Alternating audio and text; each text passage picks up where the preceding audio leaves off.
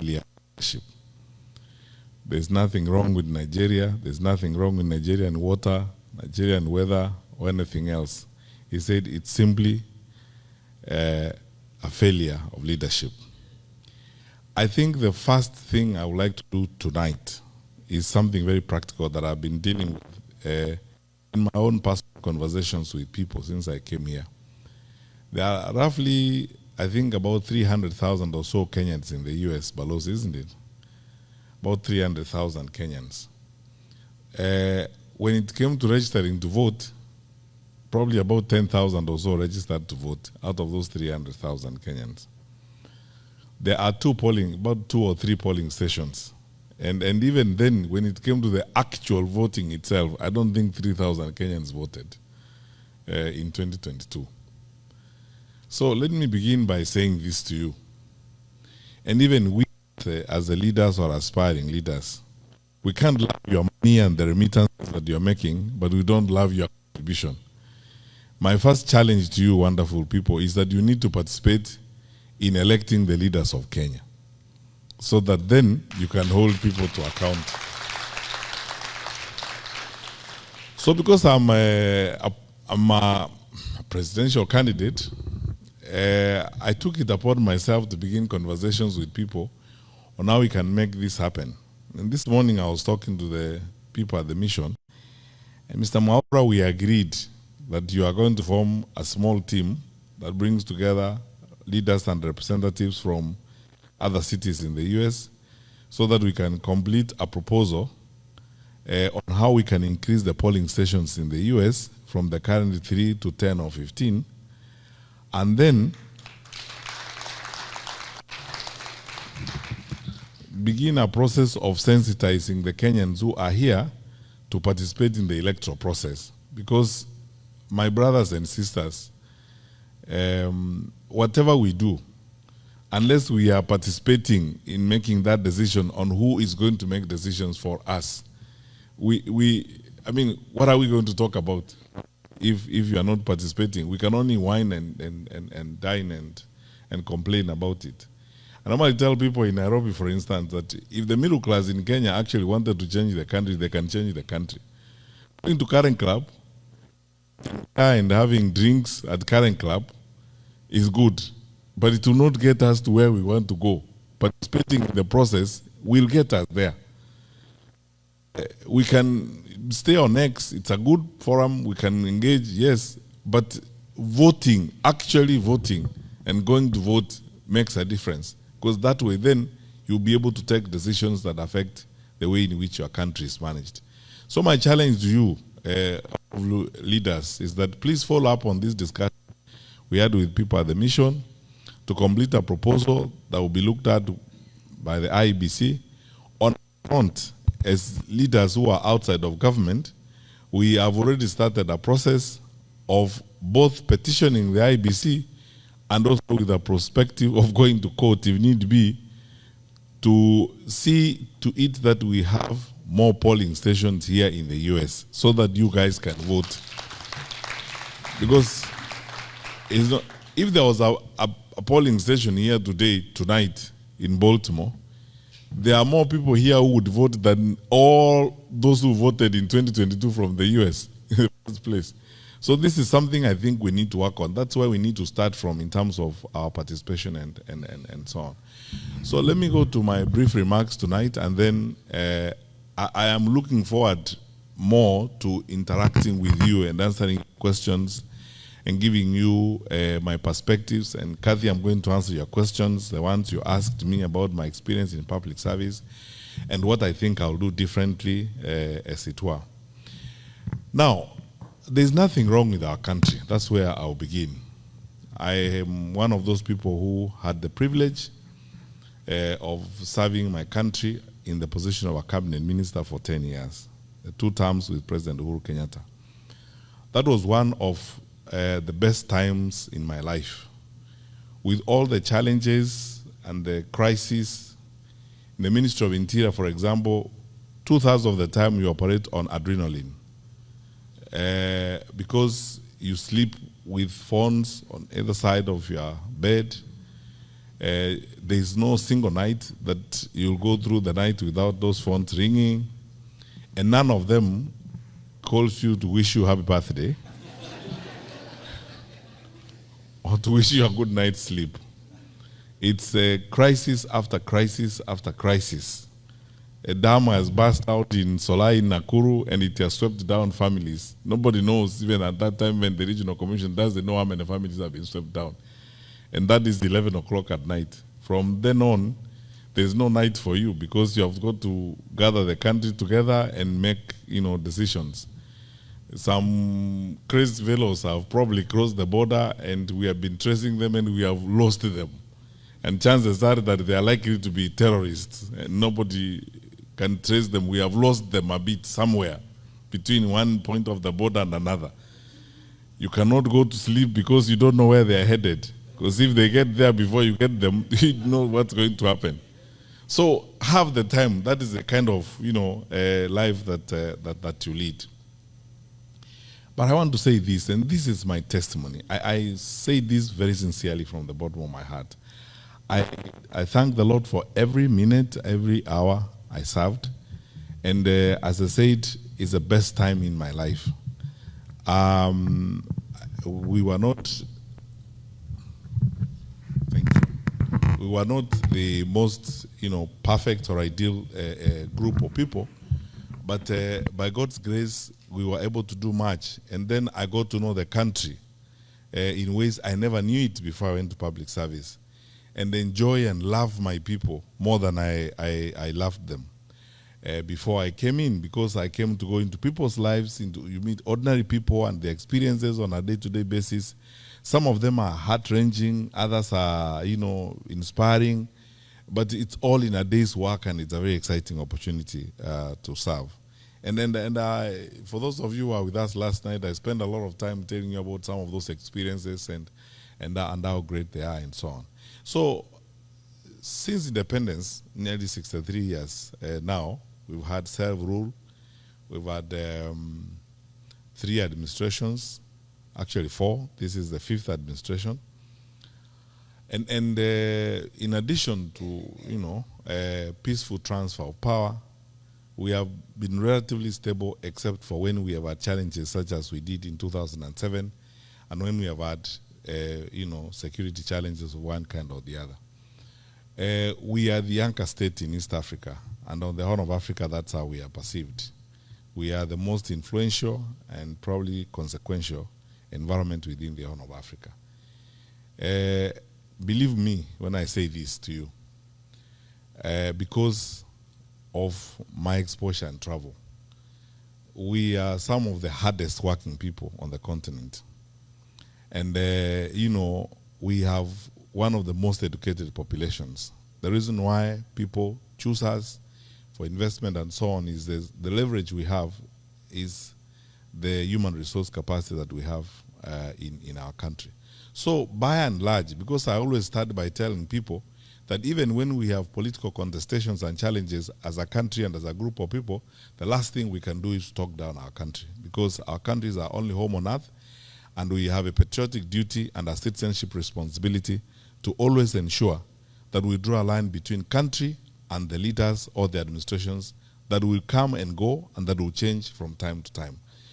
Our country, by and large, is okay. The fundamentals of our country, right from independence, are such that we could do even much better than we are doing right now, which I'm going to come to shortly. But I have to say this to you. And if I didn't, I will be lying to you. We have very fundamental challenges in our country right now. I, as somebody who has served before and served in a very sensitive responsibility, I hate to break it to you, but this is the truth. I think our country is very close to the cliff, and we are facing very, very serious challenges. When you see the level of violence in the country, when you see citizens hijacking a police vehicle and driving it around, the anger and pain and frustration down below is unprecedented. I have not seen it before. Those of you who have come from Kenya recently, you can bear me out on this. The population is angry, frustrated, and especially disappointed because of unfulfilled promises, constant piling of lie after lie, failure in critical sections of our society and our economy. You know the challenges we are facing now in the education sector, nearly chaotic. No one knows what's going to happen next. Capitation not going to schools. I am told, because I speak to a lot of principals these days, that schools are going to close a bit early because of budgetary challenges and so on. All these are signs of state failure. But the one that worries me most, and the one that should worry you most, is one, that level of violence. And you are Kenyans, I'll be very candid with you. How Mungiki, how Sungusungu, and all these violent groups came up is they started, first of all, because the former state failed, the informal state took over. So as a result of the violence and the recklessness that we have seen from the formal state, the vigilante industry is going to start growing. And if the vigilante industry grows, it means we are setting and moving to an element of anarchy.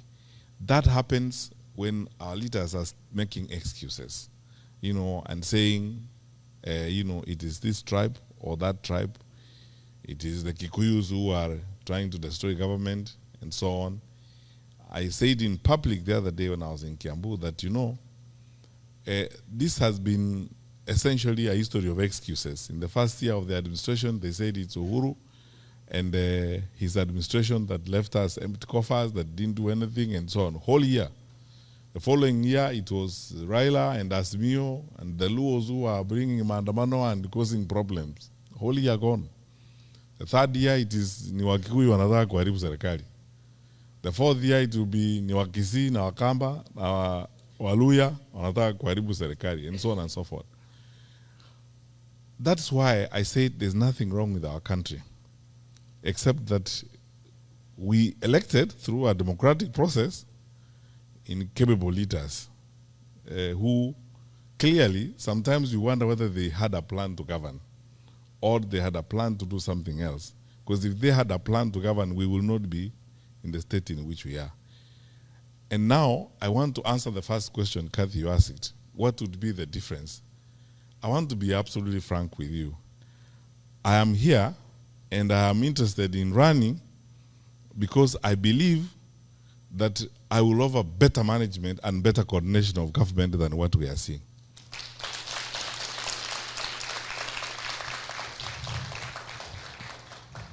And why?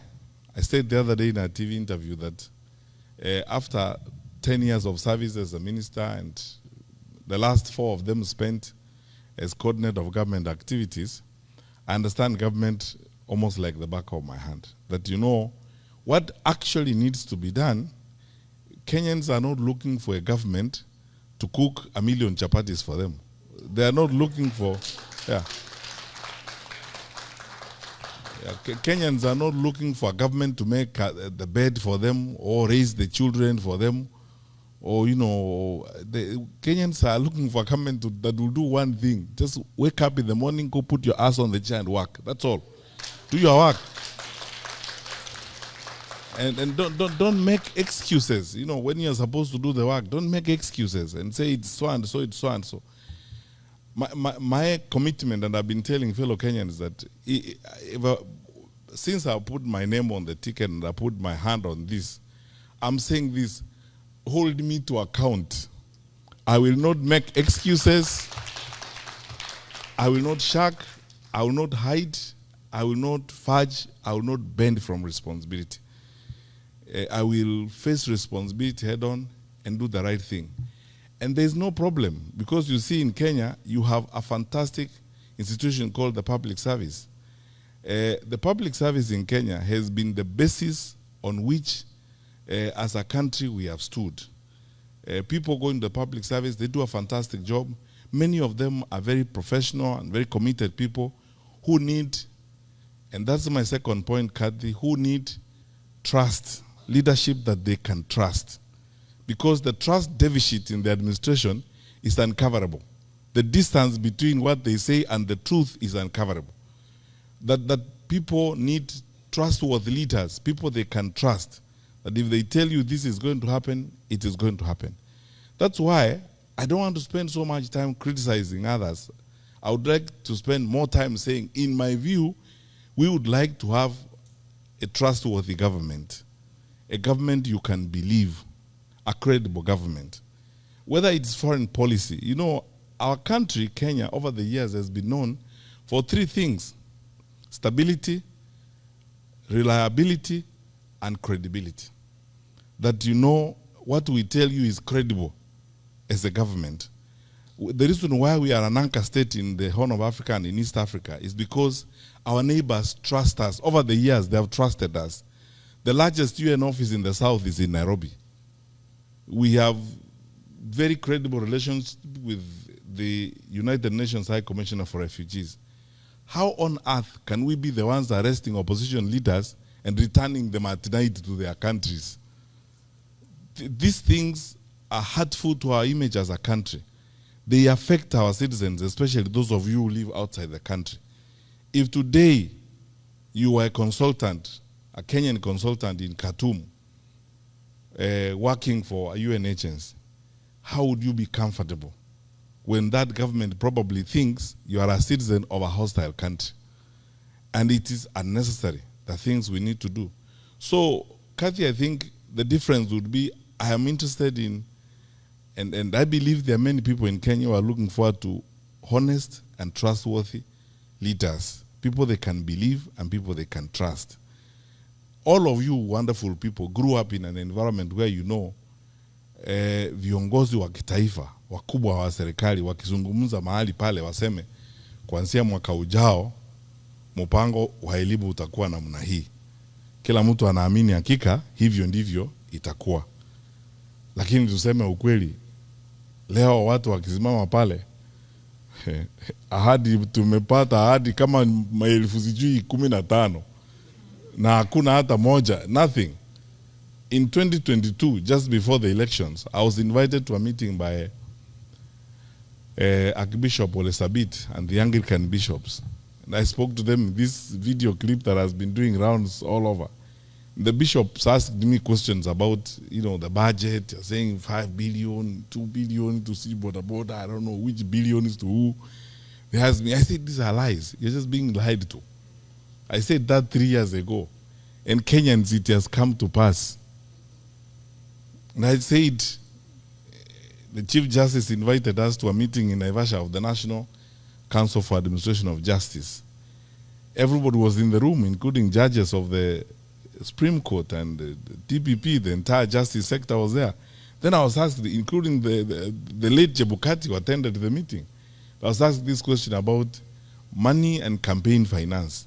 And I said, you know, this wash business we are seeing here, some of these people doing well on the campaign trail are people who are on the Interpol list for wash and money laundering. If we are not careful as a country, we are going to launder into elective offices up to 40% of these characters. And we will pay a price for it. Today, my colleagues, those of you who are in the finance sector, you know we have been listed. 3 weeks ago, the EU also listed us as an insecure financial transaction environment. It has never happened since independence. And the reason why I was very surprised about that EU one is that we are the only country in East Africa on that list. I want to be diplomatically sensitive. Sitaki kuongea mambo mengine niseme, unajua hata Burundi haiko huko. Ta Somalia haiko huko. Sisi tu ndio tuko huko kwa East Africa. Sisi ndio tumeandikwa hapo. Tunafanya ujeuri wa fedha pia tunafanya. So these are the issues. This is the reason why I would like to run for president, because I believe our country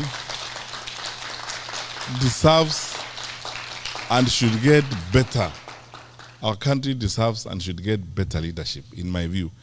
And you're not going to bring it from Mars or from Jupiter. The people are there. They are willing and ready to serve their country. What they need are leaders who will go and work. I have not arrived from heaven myself. And you know, I am not one of those who carry around a big Bible ambayo inaweza kukuangusha. I go to churches there every day, singing songs, hymns, trying to pretend that I am holy. I am a sinner like you. It's just that I am a realistic sinner who will say,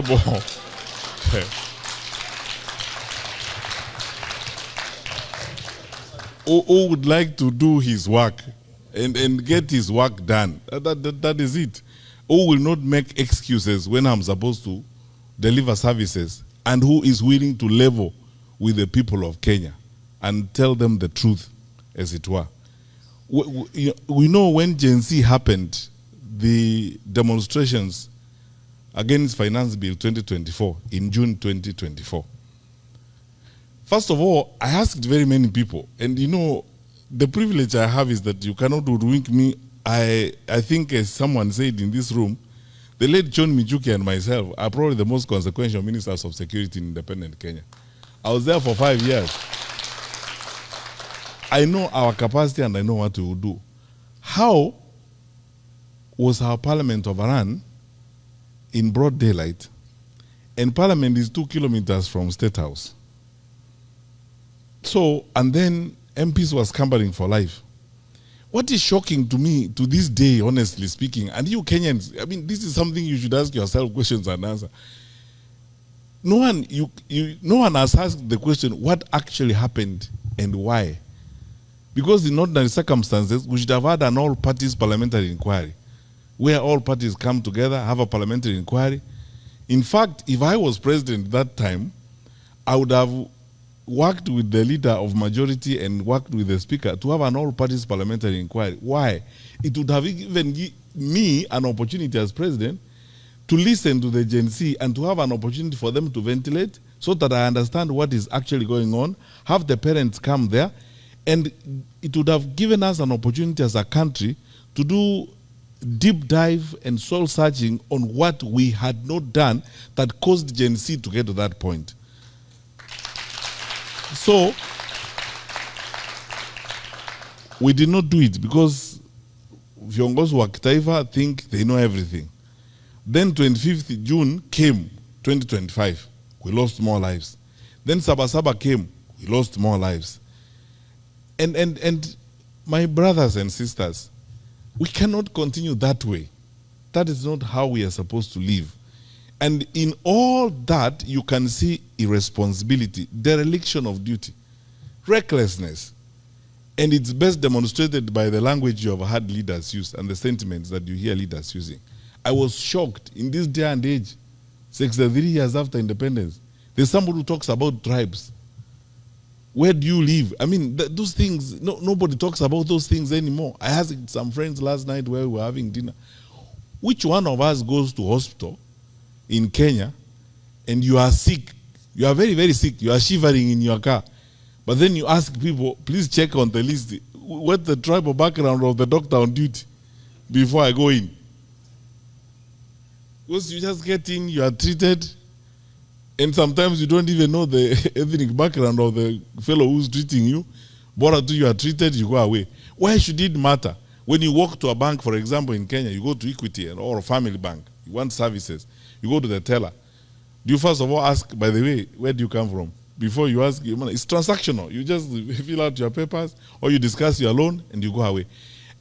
It doesn't matter anywhere else. Why should it matter when it comes to making decisions on the leadership of the country? It's because some of us tuko na shida fulani sijui ni ya kurogwa ya huko nyuma, which we should never ever ever as a country accept. And that's why the young people in this audience who are listening to me, Gen Z is an opportunity to step into the third wave or the third generation of leadership in Kenya, modern Kenya. This is what is going to give us this thinking and this approach is what gives us a modern country. A country where the content of your character matters more than your surname. You know, the values you hold, the delivery of services is more important than your surname. Because all those primitive things where your surname is supposed to lead you somewhere, so that if your name is Omolo, then I make a decision whether or not you should pass through this gate. That time is gone. And Kenyans, let us not only resist, let us reject that kind of attitude. So I'll speak about this until the cows come home, but this is my vision. That one, we can put up, and I can promise we can put up a credible government that can be trusted, that will ensure the stability of the country, that is reliable. We will not do some of those things that will hurt the image of our country. When I have another time, I will tell you about some of these challenges that we had, even when I was Minister for Security, when some of our neighbors were trying those kinds of things, and we told them, we will not solve your problems. Your problems will be solved there. Don't drag us into your quarrels. Everyone is free to come to Kenya and have fun, as long as they don't break our laws. If you break our laws, that's a different story. But if you're just coming to do business in Nairobi, have a girlfriend in Nairobi, do whatever, you are free. Do business here, put up a whatever, that's fine. That's what our country is supposed to be. Because we want to be honorable and respectable members of the international community. And we are signatories to all those conventions, including the protection of human rights and stuff like that. That's what I hope we would do as a government. We would sit down and reorganize the education sector that is chaotic. Imagine, how can you not be frustrated if you are a young university student? You don't know when you're going to have help to start with. You don't know when the semester is beginning or ending. You do not know whether you're going to do exams or not. Statements fly left, right, and center from the ministry on your fate. You don't know which one to believe. The one that came out today, the one that was made by the minister, or the one that was made by the president. You don't know. Chaotic. How are you supposed to live your life? Yet, you know, in a sector like that, you're supposed to have a sense of predictability to move forward. I will advance this argument, especially when we come to the campaign proper. We waived examination fees when we were in government. Because I can tell you, as a Minister for Education, when we looked at the budget lines and the allocations to the Examination Council and what we have in the budget in the ministry, there was no point really of levying examination fees, especially when you know it is actually going to be a wastage issue, it's going to be an inclusion issue, it's going to be a completion issue. For the educators in the room, like Dr. Weche, you know what that means is that there are people who are not going to do exams because they can't afford 5,700. And if they stop there, that is wastage. All the resources we are putting to educate them is wasted. And these people's lives is messed up. It means it is going to exclude some people. That's why it's an inclusion issue. Only those who are well-to-do will be able to do that. It means it's also a completion issue, because you see, you're going to start having dropouts as a result of this kind of bottlenecks. These are barriers to educational completion, as it were, and the educators in the room will understand what I mean. That is a way that affects the human resources we have for our country. I don't know whether I can be crazy enough to do those kinds of things in society. We would like to run a government that will pay attention to that, because that is, for us in Kenya, education is our gold mine, because that is how we train, and that is the foremost resource we have, and that is the leverage we have for growth and development. Go anywhere in this world, you will find Kenyans there, educated Kenyans working in all these international organizations. Sylvia, my colleague, is here. From next week, I'll call her my former colleague when my notice for the bank expires, from the World Bank. And they will tell you, there, we have several economists. We are actually one of the few African countries, I can say that authoritatively, that have contributed significantly to the capacities that you have, even at the bank here. It's because of our education. That is one thing we cannot mess. We need to address it, and we'll sort it out. We will secure the country and ensure that, you know, it is yani ni aibu ya ajabu. The people are walking around in the capital city of our country, in the capital, not then in the capital city of our country, carrying rungus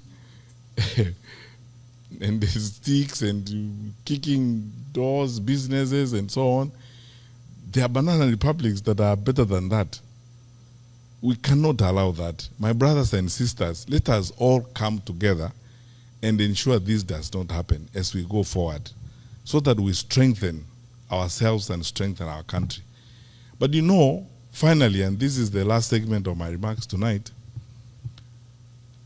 I have not lost hope, and I will not lose hope in my country. And I want to ask you, wonderful people, because when there are challenging times like this, it's very easy to be tempted to lose hope, to give up on your country. And for you especially who are here in the United States of America, like Kathy said, you go there, kukidoka, unarudi. Then you say, acha nikae tu. Then you are not going back, you are here, and everything seems to work one way or the other here. You drive to the seaside and have a nice weekend, get your friends on Thanksgiving Day and have a barbecue and stuff like that. That's fine.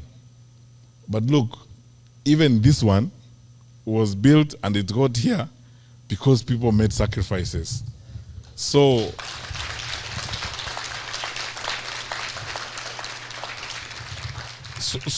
it is our turn to make sacrifices for our generation, so that our children and our children's children will find a Kenya that is like this one, so that other people will also come to our country and never wish to leave, because they will find that our country is also very nice, and it can happen. And the reason why I have this hope is because I can speak with authority. I know my country. I know my people. I know my fellow citizens. We are better people than this. My country is better than this. What we are seeing and the behavior of the people you see in administration and so on is not who we are as a people. That does not reflect the true picture of Kenya. I don't know about you, but look, my friends, I have been in the public service. I have seen police officers cross swollen rivers with examination sheets on their heads or on the side, walking through. They're not paid additional fees for that, protecting those papers and ensuring that those papers are not messed up. During Corona, I went to some place beyond Embakasi to thank some Kenyan women who had decided on their own volition, nobody asked them, government did not ask them, to cook for police officers who were manning the roadblock at that time. Two of them lawyers in Machakos. They had come together, organized themselves, and they were supplying food to those police officers, cooking for them every day. They actually created a makeshift kitchen. The government did not give them budget to do that. They volunteered, they mobilized women, and they were cooking for the police officers there every day. I went to Limuru at 1 a.m. at night, one time, with my colleague Mutahi Kawe, who was then Minister for Health, to a police roadblock. And I found women from the local shops serving those police officers with tea and bringing bread. Government did not ask them. The Kenya Association of Manufacturers, Phyllis Wakiaga and Company, putting private sector people together to contribute water tanks for police stations and soap so that police officers can wash their hands to deal with infection at that particular time. I have seen with my eyes how Kenyans turn up when we have a disaster, donating blood, when we call for food donations, when we have a challenge. Kenyans turning up in their numbers to contribute food. During Corona, we wouldn't have succeeded were it not for the big support we got from the private sector. The private sector team, chaired by Madam Karuku from East African Breweries, and bringing together all these people, committed, attending meetings every day without asking for sitting allowance, and guiding us and working with the government to secure the lives of our people. We are a great country, and we can do many things. I have worked with public servants who will not ask a question if you ask them to come to work over the weekend. As long as you are trustworthy enough, you respect them and take their advice and don't politicize their decisions or try to create funny games of parachuting people because they come from your tribe and promote them and that kind of rubbish. Public servants who are committed and focused on serving their country. Our country is great. We are better people. So because of that, don't lose hope. We will rise again. We will cross the bridge. And this momentary challenge we have because of some challenges with some of our leaders, we will overcome it and build and move forward. After COVID, we said we will build big and better. And we will go forward. We are the long distance running country. So we are resilient. We will do well as we move forward. So all I ask you, my brothers and sisters, is this. Let's go beyond these nice conversations we have. Mwaura, let us finish that petition. Let us have additional polling stations here in the US. Wake up in the morning and vote and determine your leaders. Do not complain and write nice stories about what is working and what's not working. It is good to say that because we need those views. But you could actually make it even better by casting a vote and making a decision. And encourage your brothers and sisters back home to participate in the electoral process, to reject violence, reject the temptations to be divided, and reject all these kasumba mbaya that is being brought to us because of incompetence. You know, when people are incompetent and they are not able to work, they make excuses. You know, from morning up to evening, the first time they open their mouth, they say it is Mwaura. It is Mwaura who's not doing his work. Next time they tell you it is Major, and so on and so forth. And the work is looking at them. The challenges are looking at them. They are there every day. And all they need to do is just go to work, sit down, put people together and work. So that is how I think Kathy will make a difference. And I am committed. You asked me about my experience in public service. I've said it was a wonderful experience and I succeeded because I trusted the people I worked with and they trusted me. And every single day was essentially a celebration of our nationhood everywhere you go. Whether you meet rural folk or people, sometimes I was telling some friends last night that one thing that I am going to have to learn to live with in this thing I'm now doing that, I never thought I would actually first of all go into politics and start campaigning and looking for votes. Now I'm here. Sometimes it's an emotional experience, to be honest with you. Like when I went to Kiambu, Kenyans are really wonderful people. You meet these women, these ordinary women, some of them are actually walking bare feet. And if you even sit down with them, they actually know what the country needs and they talk to you very responsibly and very nicely. Those people are not wheeler dealers, they are not cartels, they are not wishy-washy guys. They just want a peaceful and stable country. End of story. So, tuache mambo mingi na story mingi. Let's get some work done. Now I keep telling our leaders, every time they are sometimes even criticizing us and saying, oh, it's the opposition that is sponsoring violence. And I tell them, there is nobody in this world called opposition. People have names. Say it is Fred Matiang'I and give the evidence for it. Because even that blanket and general condemnation is part of that laziness and that recklessness and escapist behavior, as it were. Be direct and say who it is who is doing that kind of thing. There is nobody called opposition, as it were. Just say who it is who is supporting and provide the evidence for it. We are a mature country. We are better than this. We can do a lot of good things as a people. So, my wonderful people, join us, those of us who are walking this journey to making Kenya an even stronger, better, much more stable environment where we are all proud to be. Because I can guarantee you and I promise you, if we stick together and work the way we are working, our better days are ahead of us. So, our better days are ahead. So let's work together. I'm asking each one of you, when you have registered to vote for me.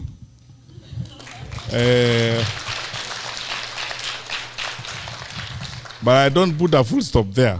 I put a comma. I say, vote for me, comma, and hold me to account. Yeah.